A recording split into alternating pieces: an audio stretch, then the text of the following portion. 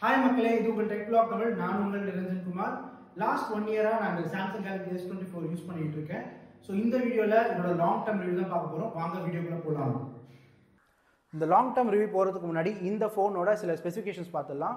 So இந்த phone பார்த்தீங்கன்னா 6.2 inches LTPO AMOLED display கொடுத்துருக்காங்க. ஸோ உங்களால் ரொம்ப காம்பேக்டாகவும் இருக்குது. அதே மாதிரி LTPO கொடுக்கறதுனால 1Hz 120 Hz ரெஃப்ரெஷ் ரேட் வரைக்கும் உங்களால் டிஃப்ரெண்ட் ரெஃப்ரெஷ் ரேட்டில் உங்களால் ஃபோன் யூஸ் பண்ண முடியுது.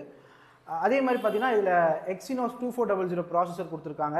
ஸோ 2400 கிட்டத்தட்ட 8 Gen 2 இல்லை 8S Gen 3 அந்த ரேஞ்சில் தான் இந்த ஃபோன் இந்த ப்ராசஸர் இருக்கும். ஸோ உங்களால் 8 Gen 3 அளவுக்கு இல்லைனாலுமே அதோட கொஞ்சம் கம்பேர் பண்ணுறப்போ ஓகேவாக தான் இருக்கும். இதை தாண்டி இதில் 3 கேமராஸ் கொடுத்துருக்காங்க. So 50 mega pixel primary camera, 12 mega pixel ultra wide, அப்புறம் 10 மெகா பிக்சல் டெலிஃபோட்டோ கொடுத்துருக்காங்க. ஸோ உங்களால் டெலிஃபோட்டோ லென்ஸ் யூஸ் பண்ணி 3x வரைக்கும் ஆப்டிகல் ஜூம் பண்ணி உங்களால் ஃபோட்டோஸ் அண்ட் வீடியோஸ் எடுக்க முடியும். ஃப்ரண்ட்ல பார்த்தீங்கன்னா செல்ஃபி ஷூட்டருக்கு 12 மெகா பிக்சல் கொடுத்துருக்காங்க. ஸோ இதெல்லாமே இதோட சில ஸ்பெசிஃபிகேஷன்ஸ். இதை தாண்டி இந்த ஃபோனில் இருக்கிற மெயினாக இவங்க மார்க்கெட்டிங் பண்ணுறப்போ 7 இயர்ஸ்க்கான OS அப்டேட் கொடுக்குறேன்ற மாதிரி சொல்லியிருக்காங்க. இப்போ வரைக்கும் நான் One UI 7 ஸ்டேபிளுக்காக வெயிட் பண்ணிட்டு இருக்கேன். ஸோ அடுத்து நம்ம யூசர் இன்டர்ஃபேஸ் எப்படி இருக்குன்றதை பார்த்துடலாம் வாங்க. ஸோ யூசர் இன்டர்ஃபேஸ் போயிடலாம். யூசர் இன்டர்ஃபேஸ் போகிறதுக்கு முன்னாடி இதில் அல்ட்ராசோனிக் ஃபிங்கர் பிரிண்ட் சென்சார் கொடுத்துருக்காங்க. அதனால உங்களால் ரொம்ப ஸ்பீடாக உங்களால் ஃபோனை அன்லாக் பண்ண முடியும்.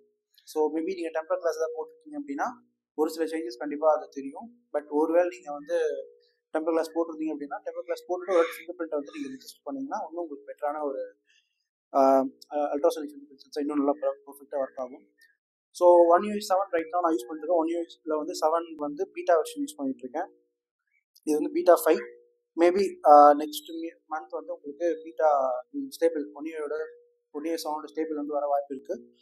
அப்படி வந்துருச்சுன்னா கண்டிப்பாக நான் அதோட சின்ன ரிவ்யூ நான் கண்டிப்பாக போடுறேன். ரைட் நான் பீட்டா யூஸ் பண்ணிட்டு இருக்கிறதுனால சில பக்ஸ் கண்டிப்பாக என்னோட ஃபோன்ஸ்ல இருக்கும். ஃபார் எக்ஸாம்பிள் பேட்டரி ஆப்டிமைசேஷன், இந்த மாதிரி சில பிரச்சனைகள் இப்போ கரண்ட் நான் ஃபேஸ் பண்ணிக்கிட்டு இருக்கேன். இதில் பார்த்தீங்கன்னா நிறைய சேஞ்சஸ் கொடுத்துருக்காங்க One UI 7ல். பேசிக்காக பார்த்தீங்கன்னா இந்த நோட்டிஃபிகேஷன் பார் சொல்லலாம். ஸோ முன்னாடி One UI 6ல் பார்த்தீங்கன்னா ரெண்டுமே ஒரே இடத்துல ஆக்சஸ் பண்ணுற மாதிரி இருக்கும். நோட்டிஃபிகேஷனாக இருக்கட்டும், கிளிக் பேனலாக இருக்கட்டும். பட் ரைட் நோ பார்த்தீங்கன்னா உங்களால் ரெண்டும் தனித்தனியாக பார்த்துக்க முடியும். ஃபார் எக்ஸாம்பிள் உங்களால் லெஃப்ட் சைட்லேருந்து நீங்கள் ஸ்வைப் பண்ணுறப்போ நோட்டிஃபிகேஷன் பார் ஓப்பன் ஆகும். இல்லை மேலே நீங்கள் ஸ்வைப் பண்ணிங்கன்னா குவிக் பேனல் ஓப்பன் ஆகும். ஸோ இந்த ஒரு பெரிய சேஞ்ச் கொண்டு வந்திருக்காங்க. இதை தாண்டி அவங்க அதிகமாக இந்த வாட்டி மார்க்கெட்டிங் பண்ணது என்ன அப்படின்னா இந்த நவ் பார்னு சொல்லலாம். ஸோ அது எப்படி ஒர்க் ஆகுதுன்றது சொல்லிடுறேன். அதுக்கு முன்னாடி நவ் பார்ல என்னென்ன ஆப்ஷன்ஸ் இருக்கு அப்படின்றத பார்த்துடலாம். ஸோ ரைட்னா உங்களால் நவ் பார்ல டேரெக்டாக உங்களால் உங்களோட மீடியா பிளேயர்ஸ் நீங்கள் ஆக்சஸ் பண்ண முடியும். ஸோ ஃபார் எக்ஸாம்பிள் இப்போ நான் ஜஸ்ட் ஒரு சாங் ப்ளே பண்ணுறேன். ப்ளே பண்ணிவிட்டு என்னால் லாக் ஸ்க்ரீனில் டைரெக்டாக பார்த்துக்க முடியும். ஸோ இந்த ஒரு ஆப்ஷனுமே இருக்குது. அண்ட் கரண்ட் மோட் இந்த மாதிரி சில விஷயங்களுமே இருக்கும். ஃபார் எக்ஸாம்பிள் சாம்சங்கில் நமக்கு மோட்ஸ், டிஃப்ரெண்ட் மோட்ஸ் யூஸ் பண்ணிக்க முடியும். ஒர்க் மோட், ஸ்லீப் மோட், இந்த மாதிரி ஒர்க் அவுட் மோட், இந்த மாதிரி நம்ம டைமுக்கு அண்ட் லொக்கேஷனுக்கு ஏற்ற மாதிரி ஒர்க் மோட்ஸ் நிறைய யூஸ் பண்ணிக்க முடியும். ஸோ அது பார்த்தீங்கன்னா உங்களுக்கு டைரெக்டாக உங்களால் உங்களோட நவ் பார்லேருந்து உங்களால் டைரெக்டாக ஆக்சஸ் பண்ண முடியும். இந்த ஆப்ஷன்ஸுமே இருக்குது. இதை தாண்டி சில விஷயங்கள் அவங்க கொடுத்துருக்காங்க. லைக் உங்களால் இப்போ ரீசெண்டாக கொடுத்த அப்டேட்டில்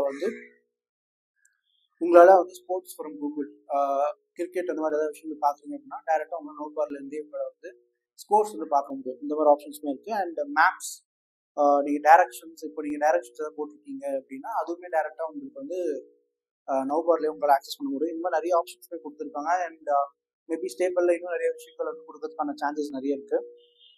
ஸோ இது பெரிய அப்டேட்னே சொல்லலாம். இது ஆல்ரெடி பார்த்தீங்கன்னா ஐஃபோன்ஸில் இந்த மாதிரி சில விஷயங்களை கொஞ்சம் உங்களுக்கு வேறு வேறு நேம்ஸில் கொடுத்துருக்காங்க. பட் இது எனக்கு தெரிஞ்சு கொஞ்சம் நல்லா இருக்குது. அண்ட் அதே மாதிரி ஆல்ரெடி நீங்கள் டைனாமிக் ஐலாண்ட் பார்த்துருப்பீங்க, உங்களோட ஐஃபோன்ஸில் பார்த்துருப்போம். ஸோ இப்போ இங்கே பார்த்தீங்கன்னா உங்களால் டைனாமிக் ஐலாண்டாக இல்லாமல் நீங்கள் டேரெக்டாக நோட்டிஃபிகேஷனில் நீங்கள் பார்த்துக்க முடியும். வீடியோ ரெக்கார்ட் பண்ணியிருக்கீங்க, இந்த மாதிரி ஏதாவது விஷயம் இருக்குன்னா டேரெக்டாக இங்கேருந்து நீங்கள் ஆக்சஸ் பண்ண முடியும். One UI 7ல் ரொம்ப ஸ்மூத்தாக ஆப்ளிகேஷன்ஸ் ஓப்பன் ஆகுது, எல்லாமே இருக்குது. ஸோ ஃபார் எக்ஸாம்பிள் உங்களால் பார்க்க முடியும்னு நினைக்கிறேன். ஸோ அப்ளிகேஷன்ஸ் அவ்வளோ ஸ்மூத்தாக ஓப்பன் ஆகுது. இதே மாதிரி முன்னாடி பார்த்தீங்கன்னா உங்களுக்கு வெறும் ஹாரிசாண்டலில் மட்டும்தான் உங்களால் அப்ளிகேஷன்ஸ் ஆப் ட்ராயர் இருக்கும். இந்த வாட்டி உங்களால் வெர்டிக்கலாகவுமே யூஸ் பண்ணிக்க முடியும். ஸோ அந்த ஒரு ஆப்ஷன்ஸ் கொடுத்துருக்காங்க, அதுவுமே ரொம்ப நல்லா இருக்குது. ஸோ இதெல்லாமே நிறைய விஷயங்கள் ஒன் இயர் செவனில் பிரைட்னோ வந்துருக்கிற விஷயம். அண்ட் கேமராவை பொறுத்தவரை கேமராவோட யூசர் இன்டர்ஃபேஸ் டோட்டலாக சேஞ்ச் பண்ணியிருப்பாங்க. ஸோ உங்களால் பார்க்க முடியும்னு நினைக்கிறேன். ஸோ கீழே பார்த்தீங்க அப்படின்னா உங்களால் வந்து முன்னாடி வந்து மேலே இருக்கும் எல்லா ஆப்ஷன்ஸுமே, இப்போ பார்த்தீங்கன்னா எல்லாமே கீழே இருக்குது. ஸோ தட் உங்களால் வந்து டேரெக்டாக ஒன் ஹேண்டடில் எல்லாமே வந்து உங்களால் ஆக்சஸ் பண்ண முடியும். ஸோ இது ஒரு பெனிஃபிட் வந்து ரொம்ப நல்லா இருக்குது. அண்ட் இப்போ ரீசெண்டாக பார்த்தீங்க அப்படின்னா உங்களால் லாக் வீடியோஸ் வந்து எடுக்க முடியும். ஸோ அந்த ஆப்ஷனுமே கொடுத்துருக்காங்க. இதுக்கு முன்னாடி வந்து வெறும் உங்களால் வந்து இதில் மட்டும்தான் அதை ஆக்சஸ் பண்ண முடியும். லைக் S25 அண்ட் S25 சீரீஸில் மட்டும் தான் ஆக்சஸ் பண்ண முடியுது. பட் உங்களுக்கு வந்து ரியர் கேமராவில் லாக் வீடியோஸ்மே எடுக்கிற மாதிரியான ஆப்ஷன்ஸுமே 1UI7 பீட்டா 5ல வந்து கொடுத்துருக்காங்க. ஸோ இதெல்லாமே ரொம்ப நல்ல பெனிஃபிட்ஸ். இதை தாண்டி யூசர் இன்டர்ஃபேஸ் தாண்டி நான் அதிகமாக ரொம்ப ப்ரிஃபர் பண்ணுற ஒரு விஷயம் அப்படின்னா குட் லாக். இது வந்து எத்தனை ஃபோன்ஸில் இருக்குதுன்னு தெரியல. உங்களால் வந்து சாம்சங் ஃபோனை ரொம்ப சூப்பராக வந்து கஸ்டமைஸ் பண்ணணும் அப்படின்னு நினச்சிங்க அப்படின்னா இந்த அப்ளிகேஷனை யூஸ் பண்ணினாலே போதும். பட் இந்த அப்ளிகேஷன் பார்த்தீங்கன்னா இப்போ ரைட் நவ் சாம்சங்கோட S சீரீஸும் சாம்சங்கோட A சீரீஸ் ஃபோன்ஸ் வச்சுருக்கவங்களுக்கு மட்டும்தான் இந்த ஆப்ஷன்ஸ் இருக்குது. இதில் பார்த்தீங்கன்னா நிறைய டிஃப்ரெண்ட் விஷயங்கள்லாம் கொடுத்துருக்காங்க. For example theme park, lock star. So lock ஸ்க்ரீன்ஸை கஸ்டமைஸ் பண்ணிக்கலாம். ஓம் அப்படின்னா உங்களோட ஹோம் ஸ்க்ரீனை கஸ்டமைஸ் பண்ண முடியும். And routines, camera assistance. So camera அசிஸ்டண்ட்டில் உங்களுக்கு இன்னும் நிறைய ஆப்ஷன்ஸுமே இருக்கும். ஸோ கேமரா வந்து நல்லா எடுக்கிறதுக்கு உங்களுக்கு நிறைய ஃபீச்சர்ஸ் நிறைய கொடுத்துருப்பாங்க. இதை தாண்டி சவுண்ட் அசிஸ்டன்ட், இது மாதிரி நிறைய விஷயங்களுமே கொடுத்துருக்காங்க. ஸோ இது எல்லாமே வந்து அவ்வளோ சூப்பராக ஒர்க் ஆகிட்டு இருக்கு. ஸோ கஸ்டமைசேஷன் ரொம்ப ரொம்ப சூப்பராக இருக்குது. மேபி ஸ்டேபிள் வெர்ஷன் நம்ம 1UI7 ஸ்டேபிள் வெர்ஷன் வந்துச்சுன்னா கண்டிப்பாக இன்னும் நிறைய விஷயங்களை வந்து ஆப்டிமைஸ் பண்ணியும் நிறைய விஷயங்கள் கஸ்டமைசேஷன் பண்ணுறதுக்கான ஆப்ஷன்ஸும் அவங்க கொடுப்பாங்கன்னு நினைக்கிறேன். ஸோ இதுதான் வந்து கரெக்ட்லி 1UI7 இப்போ இருக்கிற நிறைய ஃபீச்சர்ஸ். மேபி நான் கண்டிப்பாக 1UI7 பற்றி இன்னும் டீட்டெயிலான விஷயங்கள் வந்து கண்டிப்பாக நான் வந்து தனியான ஒரு வீடியோவில் போடுறேன். நம்மளோட ஸ்பீக்கர் வந்து டெஸ்ட் பண்ணிடலாம் எந்த அளவுக்கு இருக்குன்னு சொல்லிட்டு.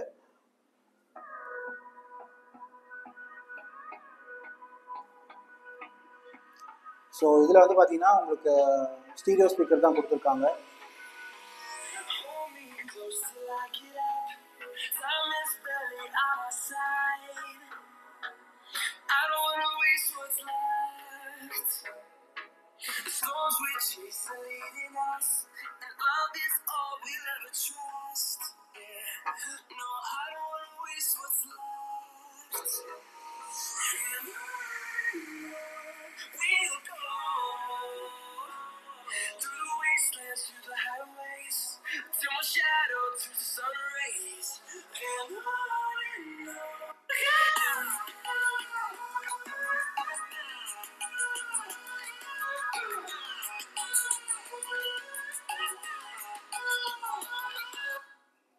ஸோ ஸ்பீக்கர் கண்டிப்பாக கேட்டிருப்பீங்க.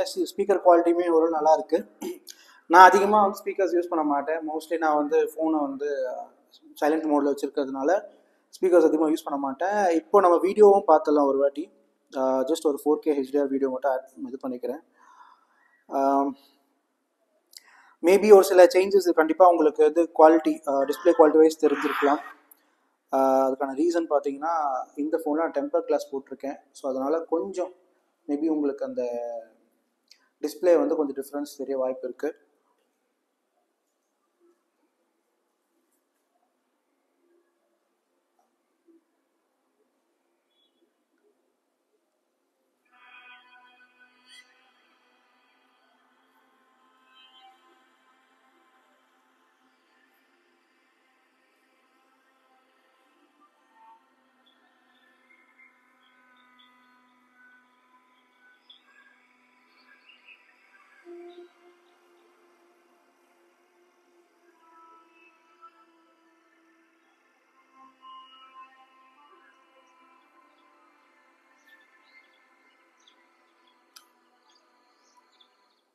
அண்ட் இந்த ஃபோனில் பார்த்தீங்கன்னா உங்களுக்கு 2600 nits ப்ரீக் பிரைட்னஸ் கொடுத்துருக்காங்க.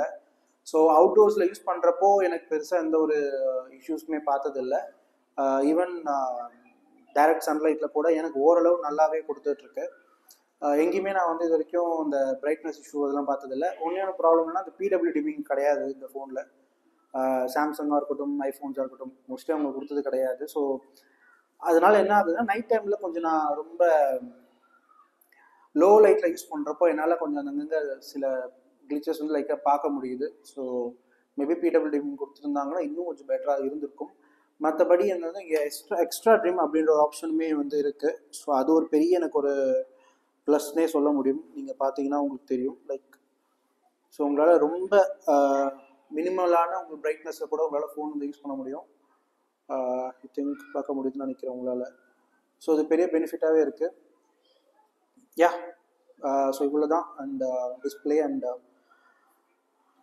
ஸ்பீக்கர் குவாலிட்டி பார்த்தாச்சு. இப்போ நான் வீடியோ வந்து HDR10ல் அண்ட் 4K 60 FPS வந்து வீடியோ எடுத்துகிட்ருக்கேன். ஸோ இப்போ பார்த்தா தெரியும் உங்களுக்கு ஸ்டெபிலைசேஷன் ஏதாவது இருக்கான்ற மாதிரி செக் பண்ணி பாருங்கள். ஸோ ஐ திங்க் ஓரளவு ஓகேவாக தோணுது. இல்லை OIS கொடுத்துருக்கிறதுனால உங்களுக்கு வந்து இதுவாக தெரியுது. ஸோ இதில் ஜூமும் ட்ரை பண்ணி பார்க்கலாம். ஸோ எந்தளவுக்கு வந்து ஜூம் போகுதுன்றதையும். ஸோ இப்போ கரண்ட்லி 1x இருக்குது. ஸோ இந்த 1xலேருந்து உங்களுக்கு அப்படியே நான் வந்து கொஞ்சம் கொஞ்சமாக 10x வரைக்கும் எடுத்துகிட்டு போகிறேன். எந்தளவுக்கு வந்து கிளாரிட்டி அடி வாங்குது அப்படின்றது பாருங்கள். அண்ட் இன்னொரு ப்ராப்ளம் என்ன அப்படின்னா இதில் வந்து சென்சார் ஷிஃப்டிங் கிடையாது. அதாவது நார்மல் ப்ரைமரி கேமராலேருந்து உங்களால் வந்து வீடியோ எடுக்கிறப்போ டெலிஃபோட்டோ லென்ஸ் வந்து நீங்கள் வந்து ஷிஃப்ட் ஆகாது. அது ஒரு பெரிய ட்ராபேக். ரைட் நோ S25ல் அந்த ஒரு ஆப்ஷன்ஸ் கொடுத்துருக்காங்க. ஸோ அதனால் உங்களுக்கு வந்து இந்த ஃபோனில் கொஞ்சம் கேமரா கிளாரிட்டி வந்து ஜூம் பண்ணுறப்போ கண்டிப்பாக கொஞ்சமாவது உங்களுக்கு அந்த கிளாரிட்டி அடி வாங்கிறது உங்களுக்கு கிளியராக தெரியும். ஸோ இது ஒரு பெரிய ட்ராபேக். பட் ஆஃப்கோர்ஸ் S25ல் வந்து அந்த விஷயத்தை வந்து இப்போ சேஞ்ச் பண்ணியிருக்காங்க. இப்போ நான் வந்து போர்ட்ரேட் வீடியோ எடுத்துக்கிட்டு இருக்கேன். ஸோ எந்தளவுக்கு எட்ஜஸ் வந்து உங்களுக்கு ப்ராப்பராக பிளர் பண்ணுறது அப்படின்னு பாருங்கள். ஸோ நம்ம பசங்க தான். ஸோ இந்த வீடியோஸ்க்கு வந்து ஹெல்ப் பண்ணுறதுக்காக வந்திருக்காங்க. ஸோ பேக்ரவுண்ட் பார்த்திங்கன்னா எனக்கு தெரிஞ்சு கொஞ்சம் வந்து நல்லா பிளர் ஆகுது. மேபி எட்ஜஸ் எப்படி இருக்குன்றது கொஞ்சம் நீங்கள் வீடியோ பார்க்குறவங்க சொன்னீங்கன்னா கொஞ்சம் நல்லாயிருக்கும். ஸோ மற்றபடி வந்து எனக்கு இன்னும் பெருசாக இஷ்யூஸ் எதுவும் தெரியல. ஸோ உங்களுக்கு பார்த்தீங்கனாலே தெரியும்.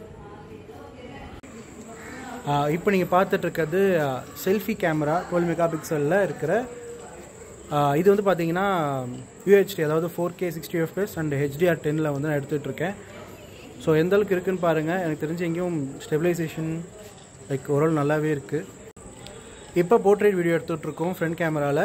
ஸோ இதில் பார்த்தீங்கன்னா உங்களுக்கு மேக்ஸிமம் 4K 30 FPS வரைக்கும் தான் அதில் வீடியோ எடுக்க முடியும். ஸோ எந்தளவுக்கு வந்து எட்ஜஸ் வந்து உங்களுக்கு கிளியராக இருக்குதுன்னு பாருங்கள். அந்த பிளர் எனக்கு தெரிஞ்சு கொஞ்சம் அளவுக்கு நல்லா இருக்குது. ஆல்ரெடி வீடியோகிராஃபி சாம்பிள் பார்த்துருப்பீங்க.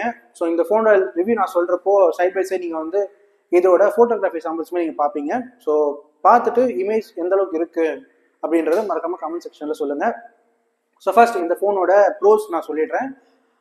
இந்த ஃபோனோட மிகப்பெரிய ப்ரோ அஃப்கோர்ஸ் சாம்சங் எடுத்தாலே கண்டிப்பாக எல்லாருமே சொல்கிற ஃபர்ஸ்ட் ப்ரோ என்ன அப்படின்னா இதோட டிஸ்பிளே. ஸோ நீங்கள் வந்து ஒரு அதிகமாக மீடியா கன்சப்ஷன் பண்ணுவீங்க. லைக் வீடியோஸ் நிறைய பார்ப்பீங்க, OTT அப்ளிகேஷன்ஸ் நிறைய யூஸ் பண்ணுவீங்க, இல்லை ரீல்ஸ் அந்த மாதிரி விஷயங்கள்லாம் பார்ப்பீங்க அப்படின்னா கண்டிப்பாக இந்த டிஸ்பிளே வந்து அவ்வளோ ஒர்த்தாக இருக்கும். ஸோ சாம்சங்கோட ஏதாச்சு.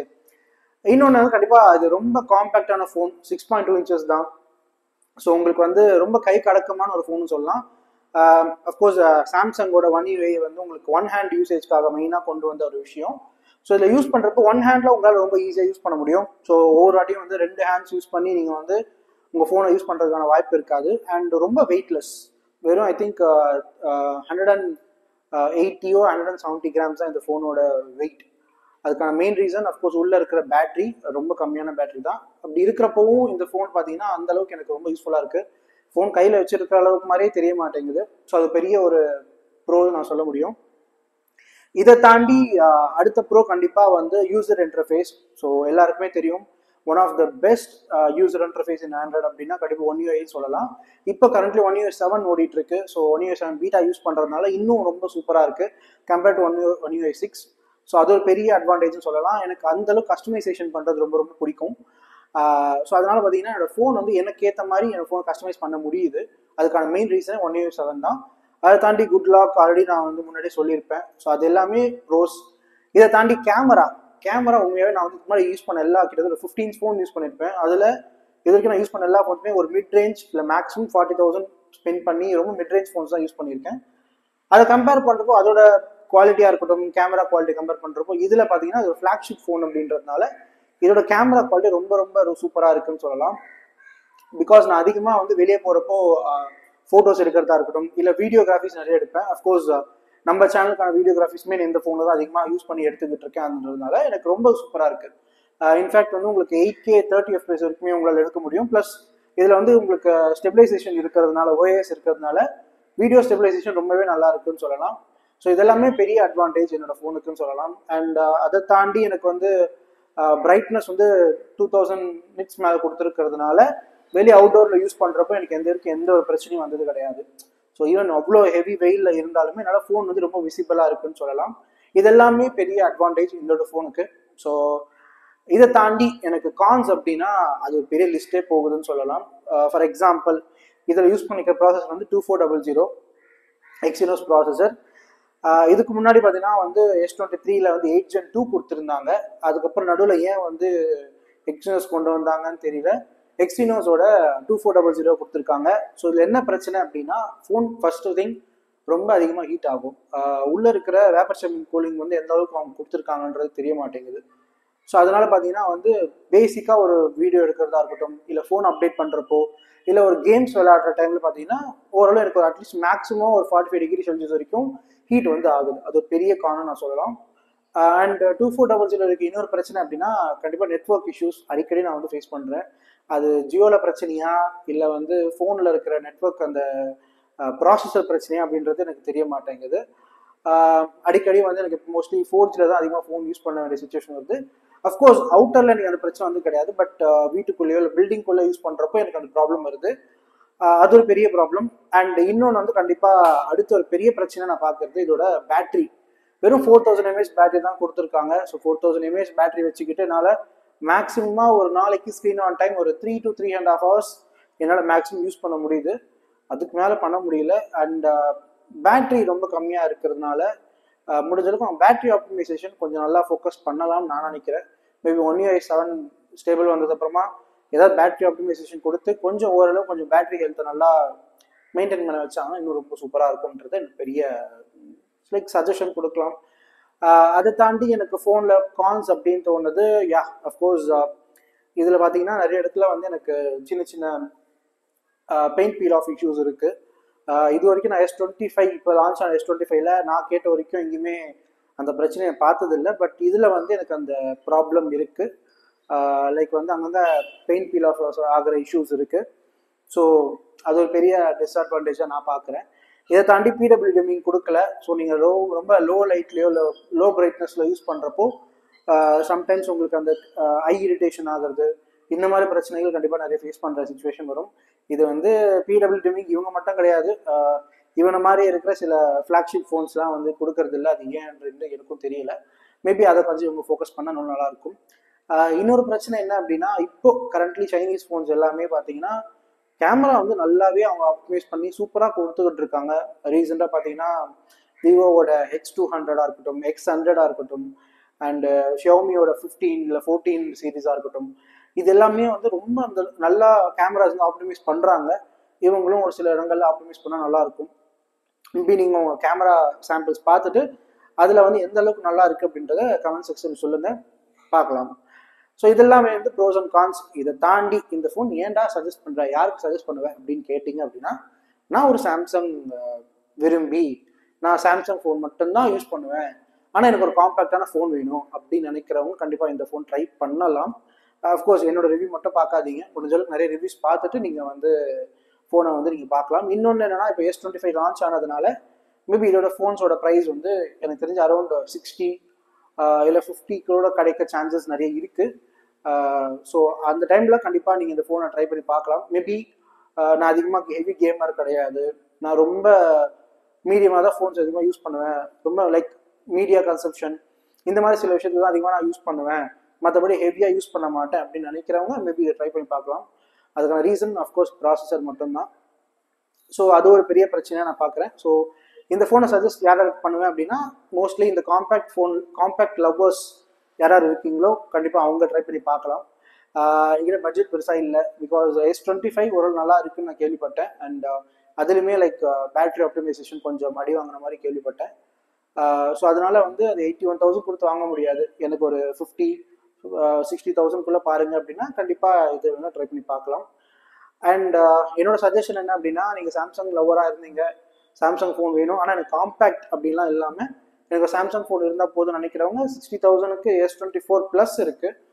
Quad HD display and 4900 mAh பேட்டரியோட இருக்குது. இதில் விட இந்த 2 விஷயத்துல பெரிய அட்வான்டேஜ் இருக்கும், வேணால் அதை ட்ரை பண்ணி பார்க்கலாம். ஸோ இவ்வளோ தான் என்னோட ரிவ்யூஸ். கீழே இந்த வீடியோ எப்படி இருக்குன்றதை மறக்காமல் கீழே கமெண்ட் செக்ஷனில் சொல்லுங்கள். மறக்காமல் நம்ம சேனலை சப்ஸ்கிரைப் பண்ணிக்கோங்க. ஜெய் ஹிந்த். அப்புறம் சொல்ல மறந்துட்டேன், நானும் சிவபரண்யனாவும் வந்து S24 பற்றி ஒரு 3 வீடியோஸ் கிட்ட ட்ரை பண்ணியிருக்கோம். அவன் அண்ணாவோட சேனலில் லைக் S24 பற்றியும் அண்ட் 1UI7 பற்றின ஒரு வீடியோ, அப்புறம் S24க்கு S25க்கு கம்பேரிசன் போட்டிருக்கோம். ஸோ மறக்காமல் போயிட்டு செக் பண்ணி பாருங்கள். முடிஞ்சால் நான் என் கார்ட்லையும் கொடுக்குறேன், கீழே டிஸ்கிரிப்ஷன்லையும் வந்து மென்ஷன் பண்ணுறேன். மறக்காம பார்த்துட்டு வீடியோ எப்படி இருக்குன்றதை சொல்லுங்கள். பாய்.